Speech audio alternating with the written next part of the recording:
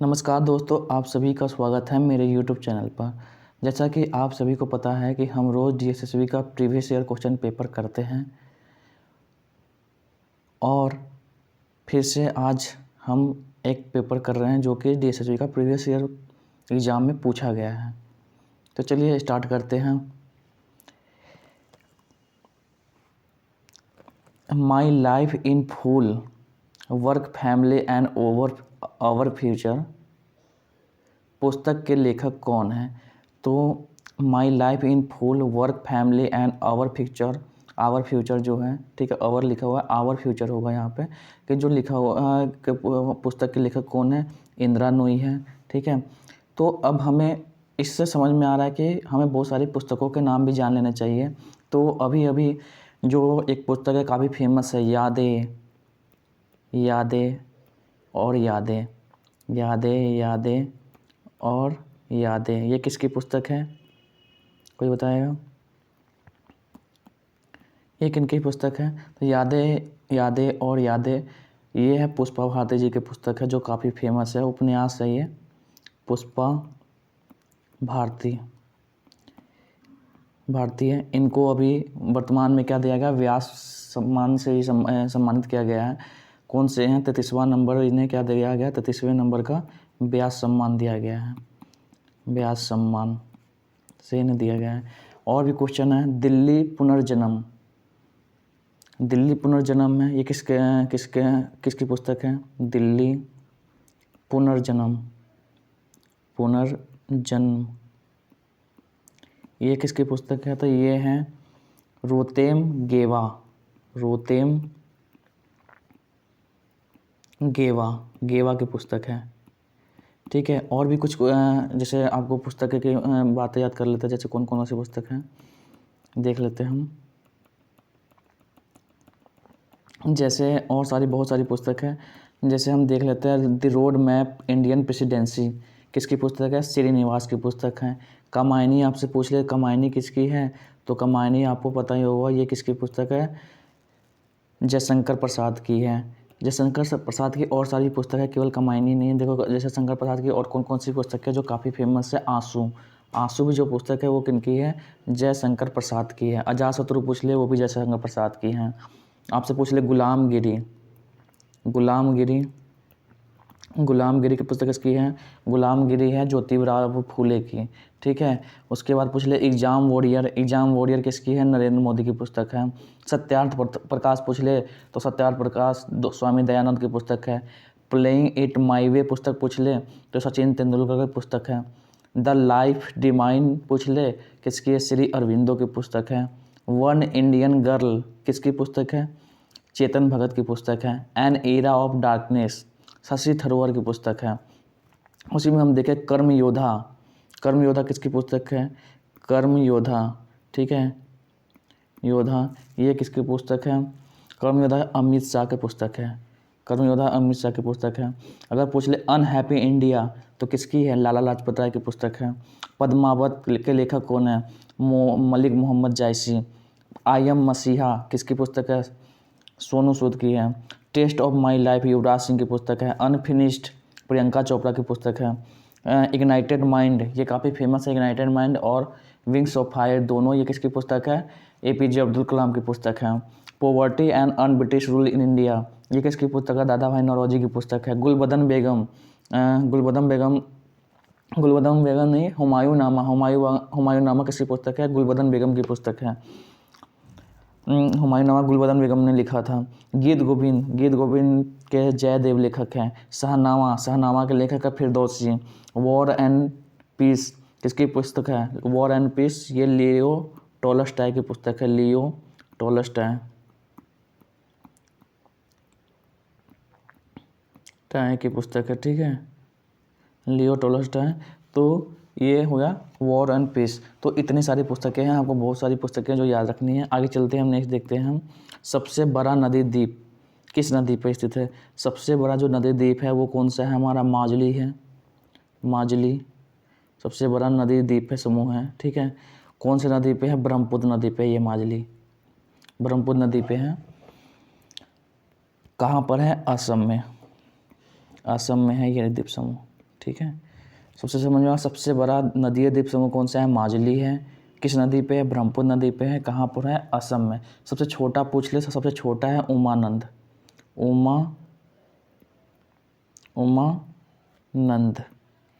उमानंद है द्वीप समूह, सबसे छोटा है, जो कि ये भी ऐसे हम मयूर द्वीप के नाम से भी जानते हैं, मयूर द्वीप। ये भी ब्रह्मपुत्र नदी पे ही है। कहाँ पे? असम में है। तो सबसे बड़ा नदी द्वीप से पूछे माजुली है, असम में है। ब्रह्मपुत्र नदी में सबसे छोटा भी पूछे तो ब्रह्मपुत्र नदी है, पर है उमानंद है। ठीक है, आगे देखते हैं हम। नेक्स्ट क्वेश्चन, फ्रेंच ओपन 2021 का, ये मतलब उस समय का करेंट अफेयर था जो कि पूछा गया है। अभी अगर आपसे पूछा जाएगा फ्रेंच ओपन 2023 किसने जीता है, तो फ्रेंच ओपन 2023 नोवाक जोकोविच पुरुष का खिताब जीता है और महिला में ईगा स्वीटेक ने जीता है। नेक्स्ट आगे आते हैं हम, यहाँ पे देखते हैं।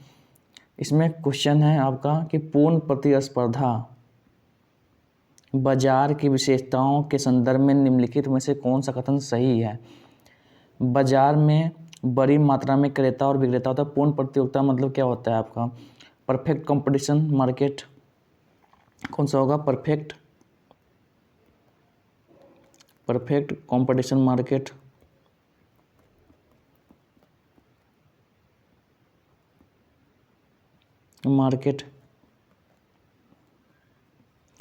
अब इसमें परफेक्ट कंपटीशन मार्केट में सबसे बड़ी बात क्या होती है? इसमें लार्ज नंबर ऑफ बायर्स होते हैं, मतलब बहुत सारे क्रेता होते हैं, बहुत सारे विक्रेता होते हैं। Large number of buyers and sellers होते हैं। Large numbers of buyers and large numbers of sellers होते हैं, मतलब बहुत सारे क्रेता होंगे, बहुत सारे विक्रेता होंगे। फिर उसके बाद इसमें क्या होता है कि परफेक्ट नॉलेज ऑफ मार्केट, सभी को क्या होता है? परफेक्ट नॉलेज होता है। Perfect knowledge of market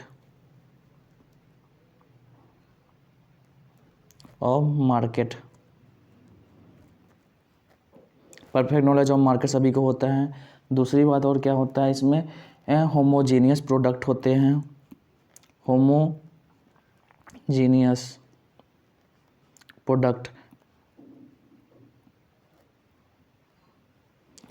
product मतलब एक ही टाइप के प्रोडक्ट होते हैं, चाहे कोई भी उसे प्रोड्यूस कर रहा हो। फिर उसके बाद क्या होता है? Free entry and exit. Free entry and exit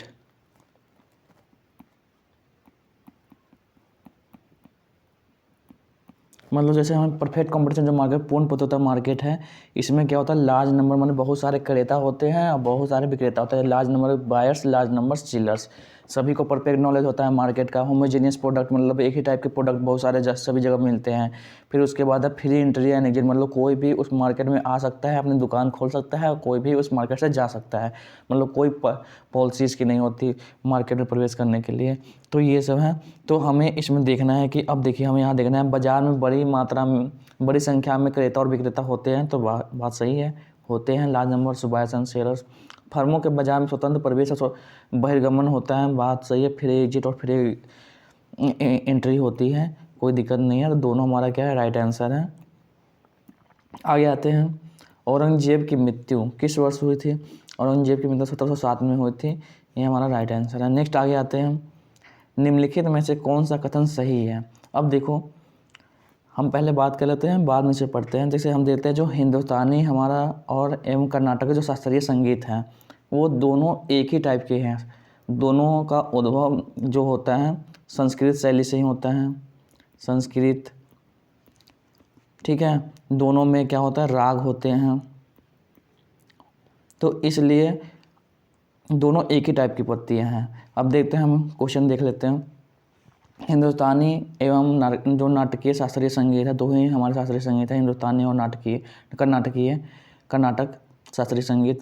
तो इसमें कौन सा है? जैसे हम कहते हैं दो पत्तियां हैं, संगीत की दो पत्तियां हैं, ठीक है, ये भी सही है। वैदिक प्राचीनतम संगीत था जिसे में व्याकरण नहीं थी, तो ये भी सही है। इसमें दोनों में ये प्राचीनतम संगीत था, संस्कृत का था, व्याकरण नहीं था इसमें, ये भी सही है। दोनों हमारा क्या है? राइट आंसर है। नेक्स्ट,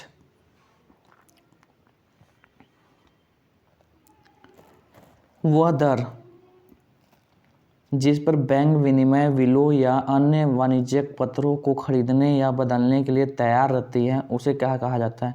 उसे बैंक रेट बोलते हैं हम। ठीक है। रिवर्स रेपो रेट क्या होता है? रिवर्स रेपो रेट वो होता है जब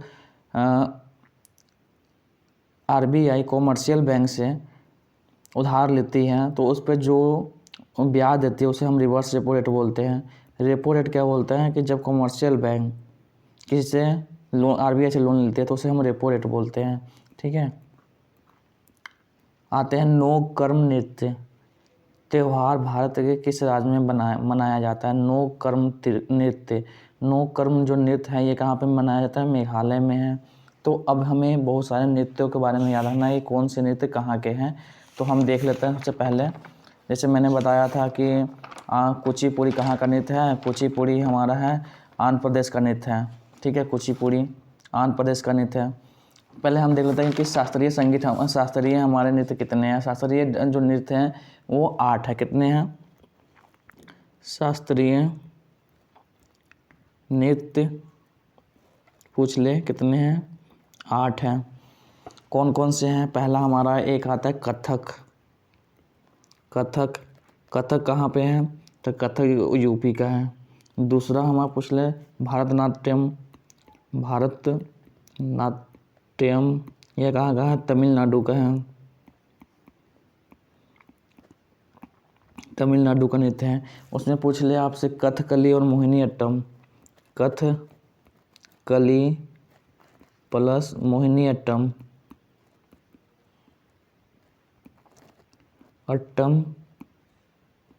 ये कहाँ का? केरल का है। देखो इसमें समझ में आया कथक कहाँ का है? यूपी का है। भरतनाट्यम कहाँ का? तमिलनाडु का है। कथकली और मोहिनी अट्टम केरल का है। और भी हम देखते हैं ओडिसी पूछ ले आपसे, तो ओडिसी उड़ीसा का है। ठीक है, ओडिसी पूछ ले तो ओडिसी कहाँ का है? ओडिसी उड़ीसा का है। और मणिपुरी कहाँ का है? मणिपुर का है। फिर उसके बाद आपसे एक और पूछा जाता है सत्रिया नृत्य कहाँ का है? सत्रिया पूछ ले, सत्रिया कहाँ का? असम का नृत्य है। ठीक है, असम का नृत्य कौन सा? सत्रिया। आगे आते हैं, नेक्स्ट देखते हैं। उत्तल दर्पण द्वारा बनने वाला प्रतिबिंब कैसा होता है? उत्तल दर्पण जो प्रतिबिंब बनता है वो कैसा होगा? आभासी और सीधा होगा। ठीक है, उत्तल दर्पण आभासी और सीधा होता है। अब है इसमें पूछा गया कि भारतीय संविधान के किस अनुच्छेद में निर्वाचनों के अधीक्षण निर्देशन और नियंत्रण का निर्वाचन आयोग में निहित होना चाहिए? निर्वाचन आयोग जो हमारा निर्वाचन आयोग है, ठीक है, वो आर्टिकल कितने में है? आर्टिकल 324 में है। अब हमें और भी बहुत सारे आर्टिकल याद रखने हैं जो कि काफ़ी महत्वपूर्ण हैं। देख लेते हैं। हम नागरिकता की बात कर ले तो नागरिकता के बारे में हमने कल बात की थी। नागरिकता कितने में है? तो नागरिकता जो हमारा है ये आर्टिकल 5 से लेके 11 में नागरिकता है। फंडामेंटल राइट पूछ ले, फंडामेंटल राइट ये आर्टिकल कितने में है? आर्टिकल 12 से लेके 35 तक हमारा क्या है? फंडामेंटल राइट है। उसके बाद हमारा डीपीएसपी पूछ ले, डीपीएसपी ये आर्टिकल कितने से हैं? आर्टिकल 36 से 51 तक हमारा क्या है? डीपीएसपी है। और उसमें पूछ ले फंडामेंटल ड्यूटीज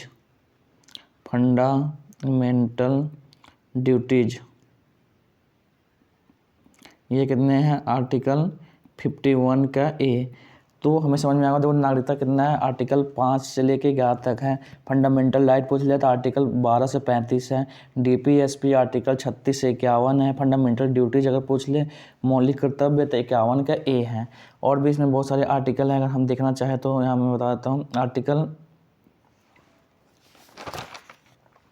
श्रमदान की जो शक्ति है जो राष्ट्रपति को दी गई है तो वो कितने हैं? आर्टिकल 72 में है। अगर वही हम पूछ ले कि राष्ट्रीय आपातकाल आर्टिकल कितने के तहत लगाया जाता है तो राष्ट्रीय आपातकाल आर्टिकल 352। राष्ट्रपति शासन पूछ ले तो राष्ट्रपति शासन आर्टिकल 356। और अगर वित्तीय आपातकाल पूछ ले तो वित्तीय आपातकाल आर्टिकल 360। संविधान में संशोधन पूछ ले तो आर्टिकल 368। चलिए आगे आते हैं। नेक्स्ट है देवधर ट्रॉफी किस खेल से संबंधित है। देवधर ट्रॉफी जो है वो हमारा किससे है, क्रिकेट से है। क्रिकेट हमारा राइट आंसर है। लेकिन हमें इसमें एक ट्रिक याद रखना है कि जैसे ही क्रिकेट का आएगा तो आप क्या याद रख सकते हैं, एक ट्रिक है जिसका नाम है, मैं बता देता हूँ यहाँ पे ट्रिक कौन सा है। लिखना है रोजी रोजी रईस दिलीप को झांसा दे गई, झांसा दे गई। ठीक है, ये है रोजी रईस दिलीप को झांसा दे गई, ये हमारा ट्रिक है। तो रोजी से क्या आएगा, देखो रोजी से आएगा रोहिंग्टन ट्रॉफी, जो रोहिंग्टन ट्रॉफी दिया जाता है,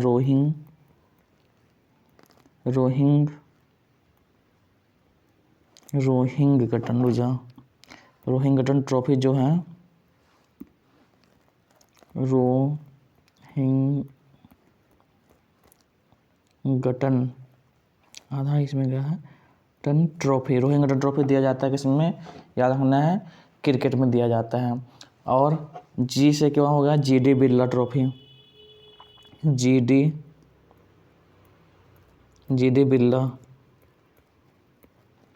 जीडी बिरला ट्रॉफी भी किसमें दिया जाता है, हमारा क्रिकेट में। उसके बाद दिलीप ट्रॉफी, र से हो गया हमारा रणजी ट्रॉफी, जो रणजी ट्रॉफी है इस किसमें दिया जाता है, क्रिकेट में। ईरानी पूछ ले, ई से ईरानी ट्रॉफी उसमें दिया जाता है क्रिकेट में। उसके बाद सी से होगा सीके नायडू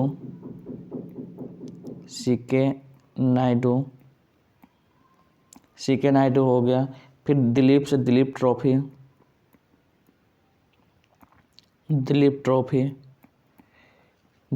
भी दिया जाता है। झांसा दे गई मतलब झांसी की रानी ट्रॉफी भी दिया जाता है क्रिकेट में। उसके बाद दे गई तो क्या होगा, देवधर ट्रॉफी। तो ये काफ़ी आपको याद रखना है। रोजी रईस दिलीप को झांसा दे गई, रोज से हो गया रोहिंग्टन, जी से हो गया जीडी बिरला, रईस से हो गया देखो, र से हो गया आपका रणजी ट्रॉफी, ई से ईरानी ट्रॉफी, एस से होगा सीके नायडू ट्रॉफी, दिलीप को देंगे तो दिलीप ट्रॉफी, झांसी की रानी ट्रॉफी, और देश से हो गया हमारा देवधर ट्रॉफी। तो इसमें पूछा गया आपका देवधर ट्रॉफी किससे संबंधित है, क्रिकेट से संबंधित है। आगे आते हैं, नेक्स्ट हम देखते हैं कि क्वेश्चन है हमारा, निम्नलिखित में से कौन सा कथन सही है। 1801 में अवध पर सहायक संधि लगाई गई थी। नवंबर 1862 में रंगून जेल में बहादुर शाह जफर को मृत्यु हुई थी। पहली बात तो सहायक संधि प्रणाली है क्या, इसके बारे में जान लेते हैं। जो सहायक संधि प्रणाली है, ये जो सहायक संधि प्रणाली ये सबसे पहले लाया किसने था, लॉर्ड वेलेस्ली ने लाया था। लॉर्ड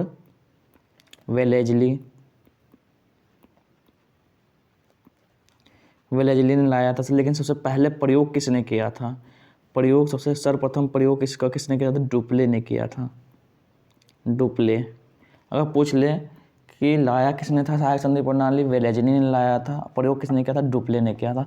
सहायक संधि प्रणाली में होता क्या था कि ये अंग्रेजों द्वारा लाया गया था। उसमें उन्होंने क्या किया था कि जो राज्य उस समय क्या था कि जो राज्य सहायक संधि प्रणाली अपनाएगा उस राज्य को सुरक्षा प्रदान करेगी कंपनी, सुरक्षा प्रदान करेगी। कंपनी के पास सेना होगा और जो सेना का खर्च होगा उसके बदले में जो सुरक्षा देगी कंपनी, वो राज्य को पे करना पड़ेगा। जो राज्य होंगे, राजा होंगे, उसको देना पड़ेगा। तो ऐसे में ये सहायक संधि प्रणाली था। इस संधि का जो अपनाता था उसको सेना रखना नहीं पड़ता था। उस राज्य को कंपनी के पास कंपनी सेना रखता था और उसे सुरक्षा प्रदान करता था।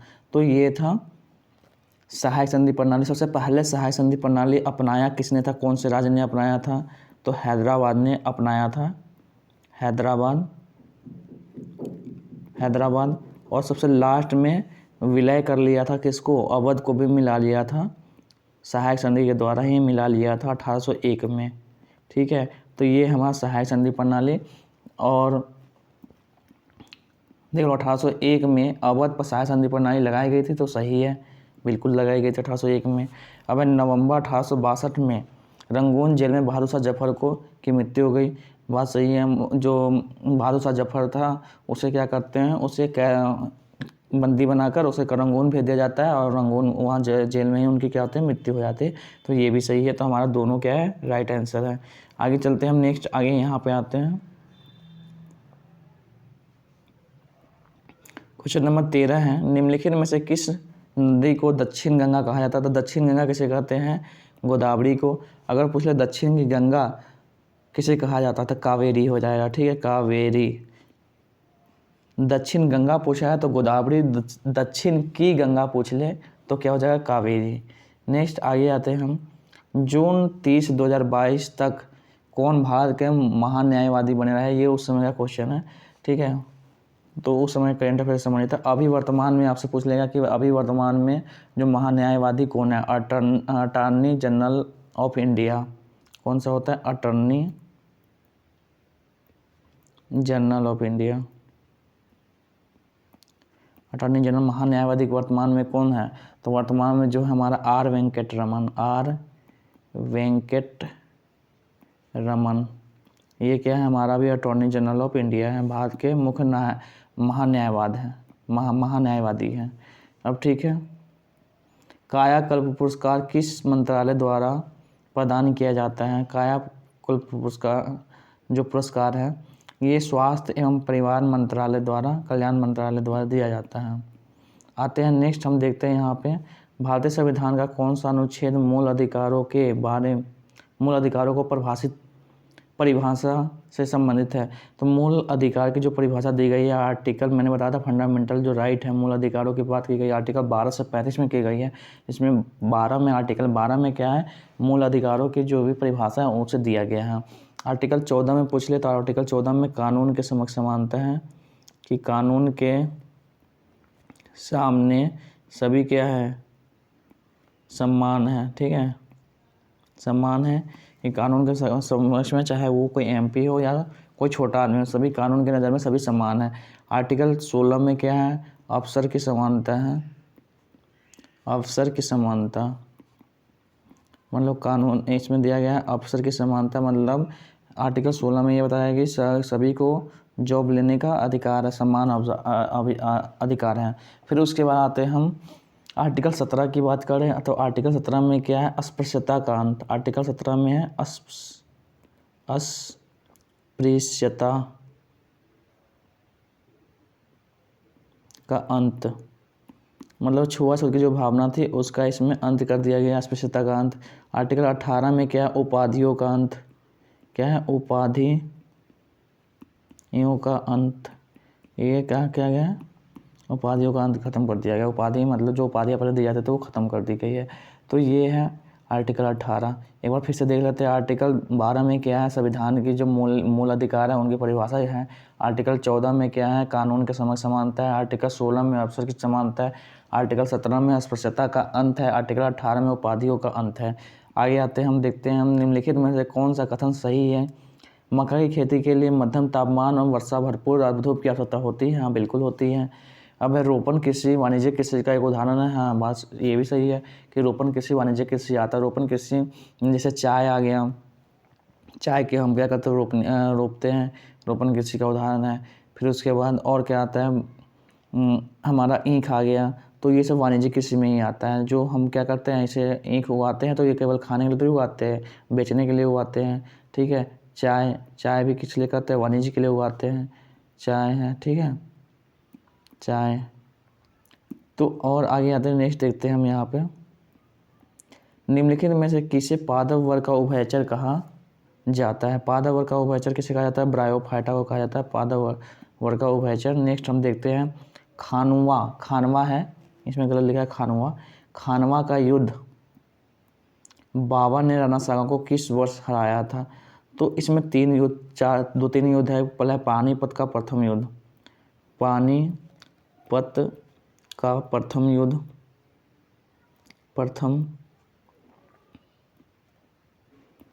युद्ध ये कब हुआ था? पानीपत का प्रथम जो युद्ध हुआ था ये 1526 में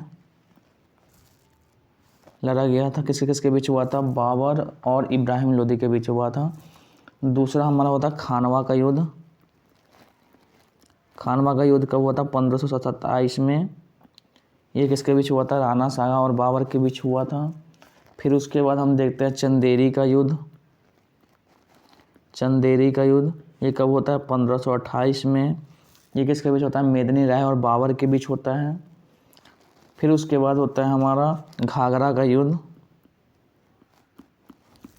ये कब होता है? 1529 में होता है, 29 में होता है। ये किसके बीच होता है? अफगानों और बाबर के बीच होता है। तो 4 युद्ध है। बाबर ने 4 युद्ध लड़े थे, काफ़ी महत्वपूर्ण युद्ध है। इसमें से कौन सा है? पहला पानीपत का प्रथम युद्ध, ये किसके बीच में हुआ था? 1526 में हुआ था, बाबर और इब्राहिम लोदी के बीच हुआ था। खानवा का युद्ध राणा सागा और बाबर के बीच हुआ था 1527 में। चंदेरी का युद्ध पूछ लिया तब मेदिनी राय और बाबर के बीच में हुआ था 1528 में। घाघरा का युद्ध कब हुआ था? घाघरा का युद्ध अफगानों और बाबर के बीच हुआ था 1529 में। चुंबकीय क्षेत्र में परिमाण और दिशा दोनों होते हैं, बिल्कुल सही है, परिमाण और दिशा दोनों होते हैं। किसी विद्युत धारावाही सीधी लंबी प्रणाली के भीतर चुंबकीय क्षेत्र सभी बिंदुओं पर समान होता है, तो सभी बिंदुओं पर भाई ये भी समान होता है, तो इसलिए दोनों सही है। इसमें हमें एक ये चीज़ देखने को मिल रही होगी कि मतलब जिसमें भी 1 और 2 वाले हैं वो सभी क्या हैं कि दोनों 1 और 2 दोनों सही हमें दिख रहे हैं। तो कोई ऐसे भी मार दे तो वो क्या होगा, आँख बंद करके भी, तो उसका सही हो जाएगा। तो चलिए ये क्या है, हमारा 20 क्वेश्चन हो गए जो कि प्रीवियस ईयर के क्वेश्चन पेपर थे। तो चलिए आई होप इस वीडियो में आपको समझ में आया होगा। अगर अच्छा लगा वीडियो को लाइक करिए, सब्सक्राइब करिए और मेरे यूट्यूब चैनल पर बने रहिए। जय हिंद, जय भारत।